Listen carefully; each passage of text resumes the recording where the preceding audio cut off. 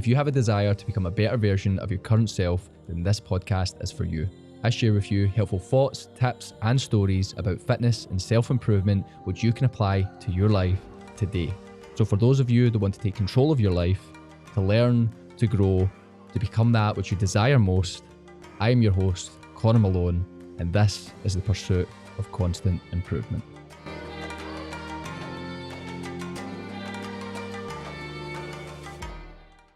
In today's episode, I'm going to be sharing with you how I went from somebody who generally lacked direction and purpose in life to somebody who became obsessed with my own pursuit of constant improvement.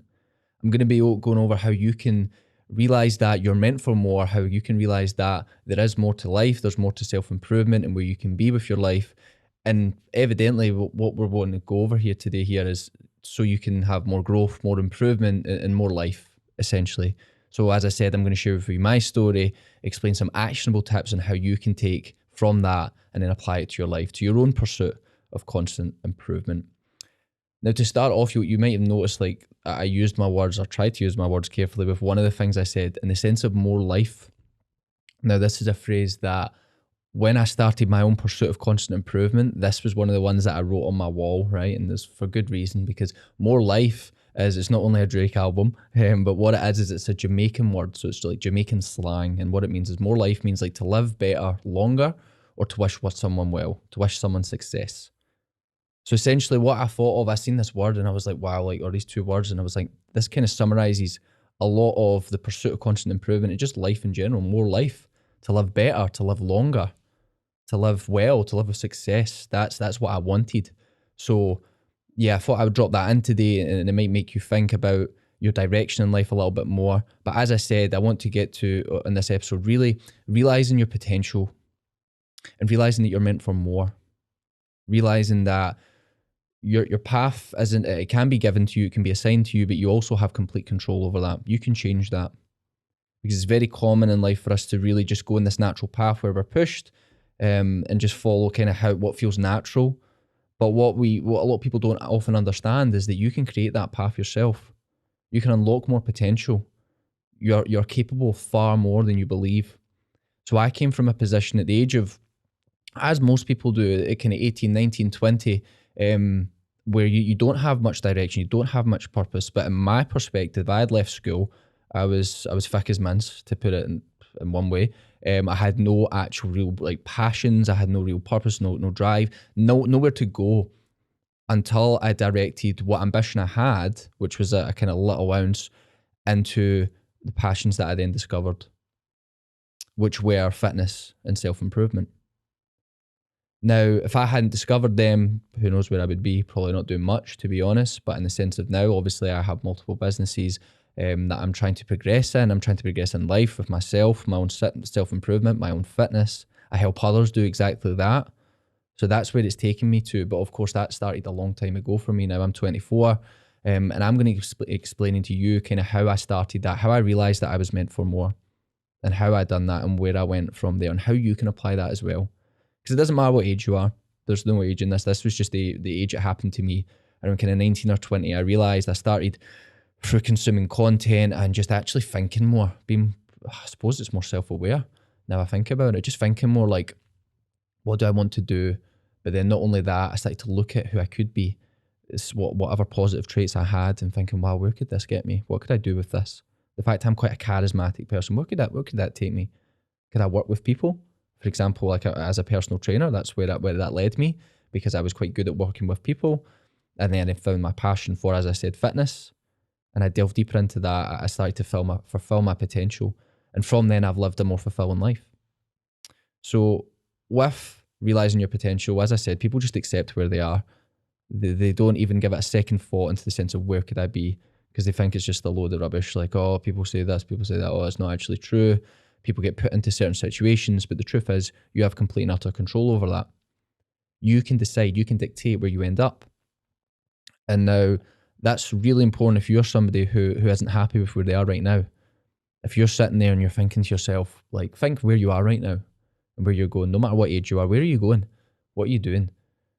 Is there potential there? You probably think there isn't, which is what I'm going to help you with today, realizing there is more. But you're probably in a position where You might not know where you're going. You might not know how to improve, why you want to improve, any purpose, any structure.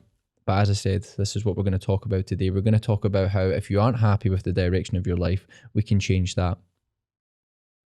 Now, the big one for me in the sense of when I was like 19, 20 was avoiding degeneracy, in the sense that I looked ahead and I was like, right, well, if I do nothing right now, where will I end up? I had examples of people I knew and where they ended up, and I thought, wow, surely that's not me. In the sense of not doing anything, not achieving anything.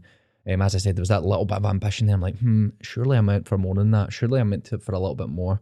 And as soon as I started reading and consuming self-improvement content and things, I was like, wow, these people were the same as me. They were in that situation. They didn't know what they were going to do. Nobody does. But by keeping consuming that type of content and realizing that, that's what opens your eyes. It opens your eyes and makes you realize that you are meant for more and that you can dictate that path. Because as I said, when I was looking into the future, I kind of thought, right, well, how would this person respond to whatever, to this situation? I thought, oh, quite negatively. How would I respond to it? Quite negatively. But then I looked at somebody who I admired and I thought, well, they would respond to a situation completely different from me. So how do I change that myself?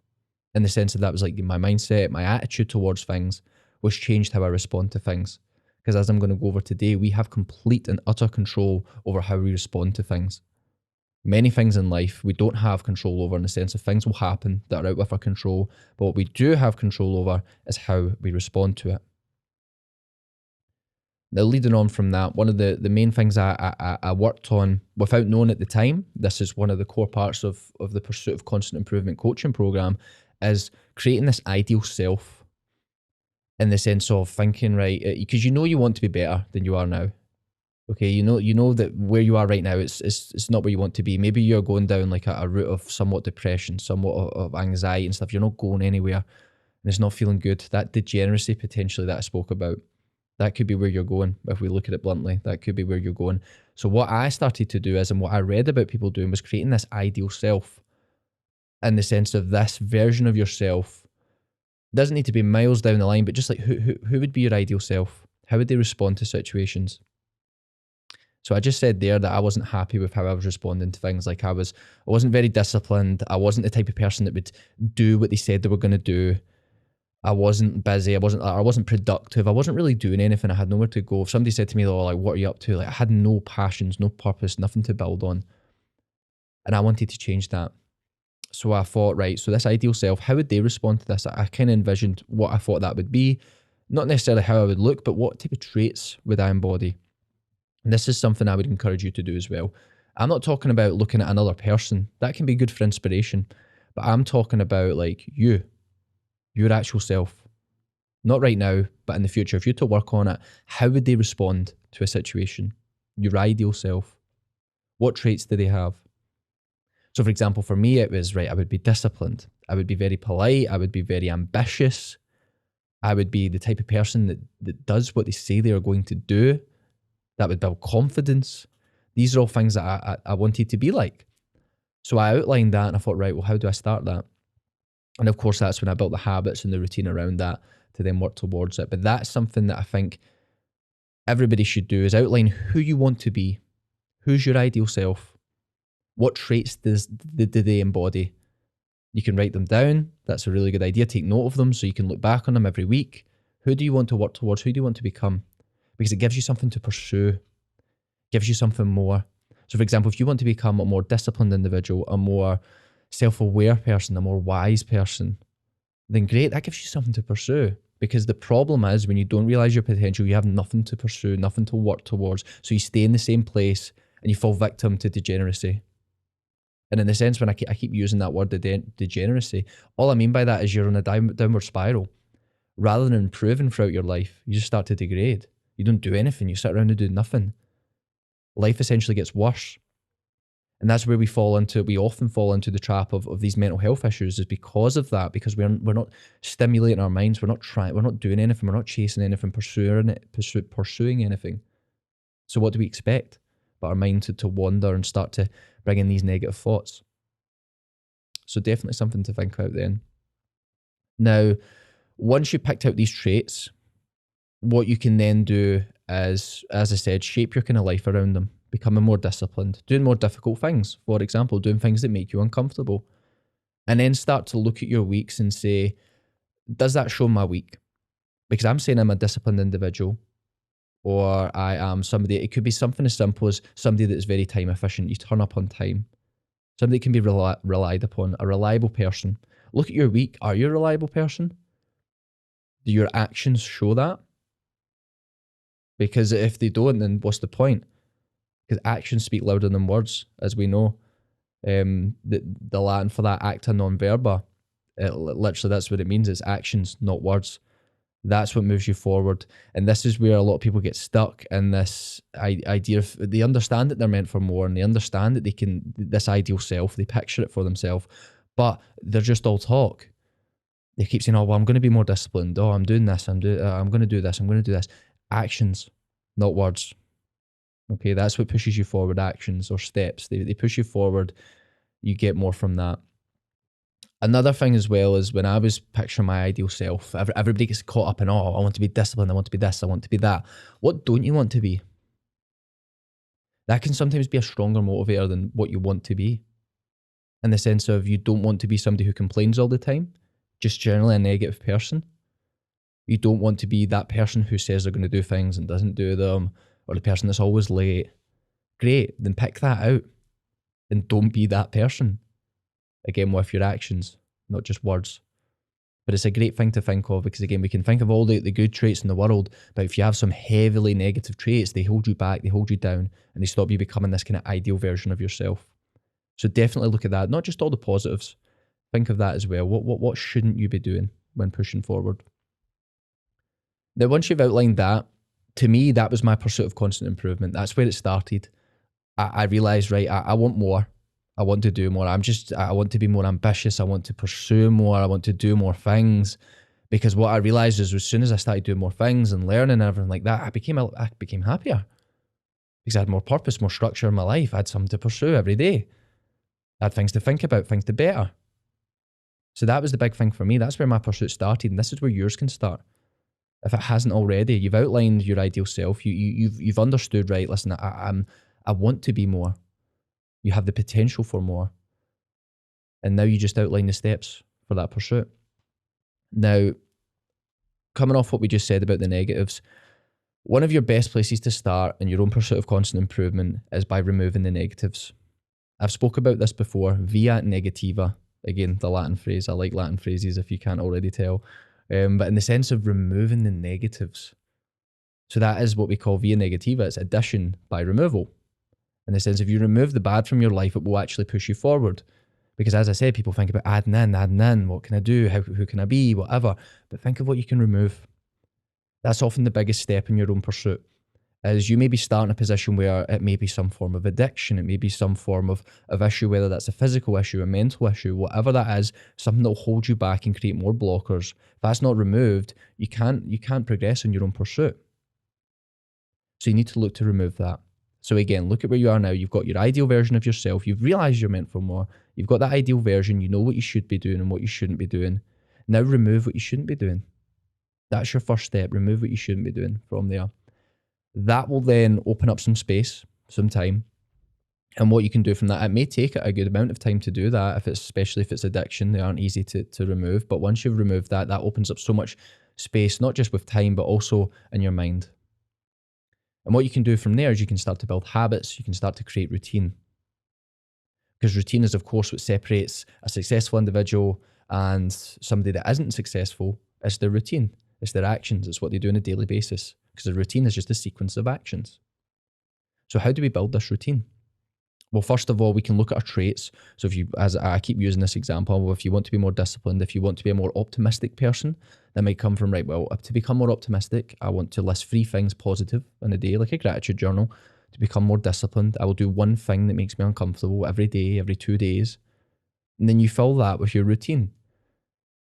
Because that's what's going to push you forward, those actions, those habits. That's your routine. Okay, so that's where, again, what separates people from who really push forward. Those people who take action, those people who don't. The people who just talk and the people who take action. They actually implement it into the routine, which creates the difference. Now, again, at the center of my coaching of the Pursuit of Constant Improvement program is the thought of alignment. Now, this is a phrase that's often used in like spiritual kind of terms and stuff like that, but I love the term. I absolutely love it. In fact, it's what guides most of my life, in the sense that when I'm happiest, when I'm most proud of myself, when I'm most inspired and energized, it's when I'm in alignment with my pursuit of constant improvement. And what that means is my habits, I'm complete my habits, I'm in routine, I'm pushing towards my goals, I'm doing what I say I'm going to do. That is alignment. Now, if you want to become, of course, you've understood that you're meant for more, you're starting to pursue constant improvement, you want to become happier, more fulfilled individual, this is how you do it, by becoming in alignment with those goals.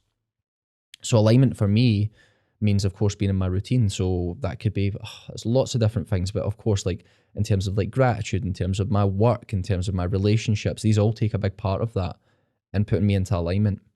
And I'll give you an example of when I'm out of alignment.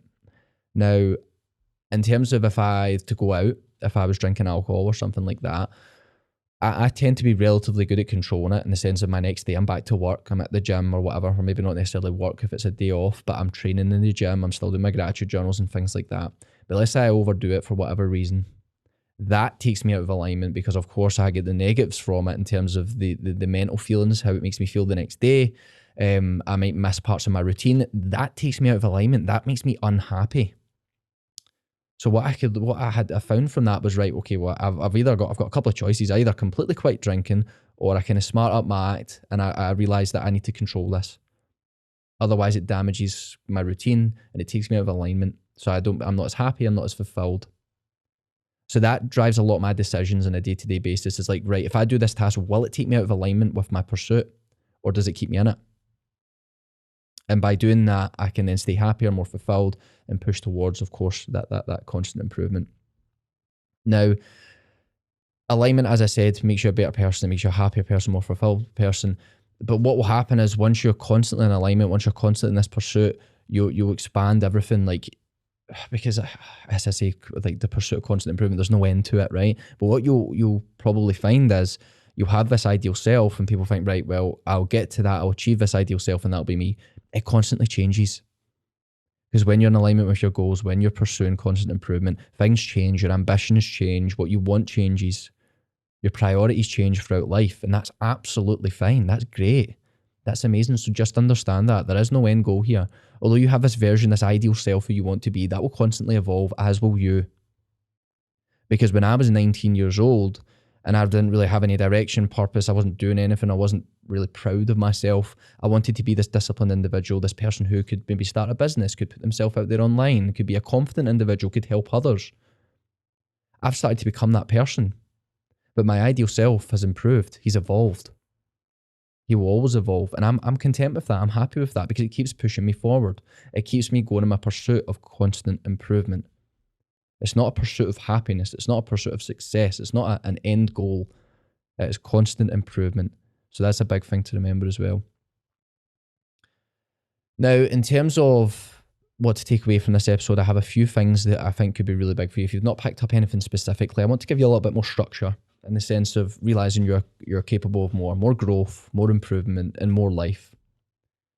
Now, the first thing is writing down your ideal self. Okay, write it down. Describe it. And the way I want you to do that is by answering these two questions. What traits do I want to have? And what do I want to avoid?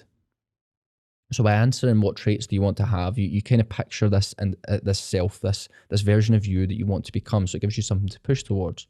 But also, by realizing what you want to avoid, it gives you a clear kind of path in life, right? Well, this is what I need to do. This is what I don't need to do. This is what I avoid. This is what I push towards. That then opens up the path for alignment. You can be in alignment with your goals because you know exactly what not to do. You know what to do. Now, don't get me wrong. There's going to be times when you come out of alignment and things like that, and you learn that things shouldn't be getting done.